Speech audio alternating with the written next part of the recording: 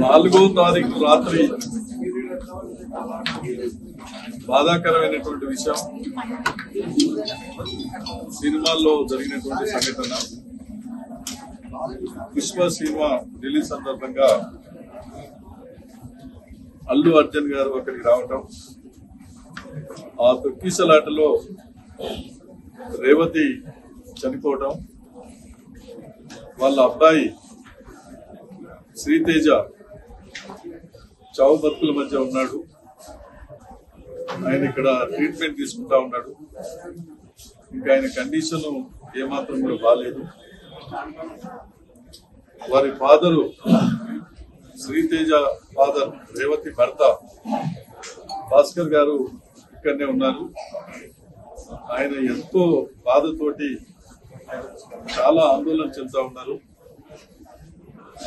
ఆ బాబు కాకుండా చిన్న పాప కూడా ఉన్నది. ఆ అమ్మాయి కూడా ఏడుస్తూ ఇప్పుడు కనిపించడం జరిగింది. అసలు ఈ సంఘటన జరగడానికి ప్రధాన కారణం పుష్ప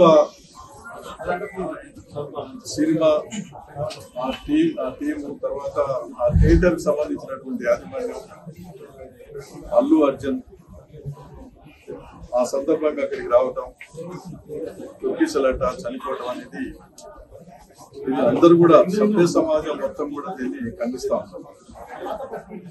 పోలీసు ఇంటెలిజెన్సీ కూడా వైఫల్యం ఉన్నది. ఎందుకంటే ఒక హీరో, ఆ సినిమాకి సంబంధించిన హీరో తన ఇంటి దగ్గర నుంచి వస్తుందని తెలిసి ఆయనని అక్కడనే మధ్యలోనే ఆపేసేయాలి. ఆయన థియేటర్ దాకా వచ్చేదాకా చూశారు.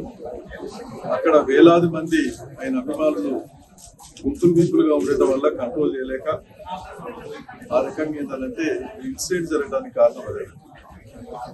అల్లు అర్జున్ గారు కూడా మరి సినిమాలో కూర్చొని పోలీస్ అధికారులు సిచ్యువేషన్ బాగాలేదు, ఇప్పటికే రేవతి స్త్రీ చనిపోయింది, చావు బతుకులో ఉంది, పిల్లవాడు చాలా సీరియస్ ఉందని చెప్పినా కూడా ఆయన వెళ్లకుండా కొంతసేపు సతాయించడం, దాని తర్వాత మళ్ళీ అక్కడి నుంచి వెళ్ళిపోవటం, ఇదంతా కూడా జరిగింది. అంత అవసరం లేదు. అటువంటి సిచ్యువేషన్ ఉంటుందని చెప్పేసి ఆయన కూడా గమనించాలి. పుష్ప ఫిలిం తీసినటువంటి టీం కూడా వాళ్ళు కూడా గమనించాలి. ఇటువంటి పరిస్థితి వస్తుంది, దీన్ని కంట్రోల్ చేయలేము అని చెప్పేసి వాళ్ళు రాకుంటుంటేనే బాగుండేది. వాళ్ళు రాకుండా పోలీసు అడ్డుకుంటే బాగుండేది. కానీ ఈ రెండు జరగలేదు. దీని ఫలితంగా ఒక ప్రాణం పోయింది, ఇంకొక ప్రాణం ఏమో మరి వాళ్ళు చాలా సీరియస్ కండిషన్ లో ఉన్నటువంటి పరిస్థితి చూస్తున్నాం. దీనికి పూర్తి బాధ్యత ఒకటి పోలీసు నిర్లక్ష్యం కనిపిస్తా ఉన్నది. రెండోది ఏంటంటే ఈ సంఘటనకు ప్రధాన బాధ్యత పుష్ప ఫిలిం టీం, ఆ ప్రొడ్యూసర్స్ కానీ తర్వాత ఏంటంటే హీరో కానీ వాళ్ళ బాధ్యత వహించాల్సి వస్తుంది. సినిమా థియేటర్ యాజమాన్యం కూడా చాలా బాధ్యతారహితంగా దీన్ని ఇవన్నీ తెలిసి కూడా ఆయన నమ్మటం, చేయటం, ఇదంతా చేయటం, టికెట్లు అడ్డగోలుగా ఎక్కువ రేట్లకు అమ్ముకోవటం, ఇదంతా కూడా వాళ్ళ యొక్క నిర్లక్ష్యం కానీ లేకపోతే ఎక్కువ లాభాలు రావాలనేటువంటి ఆశ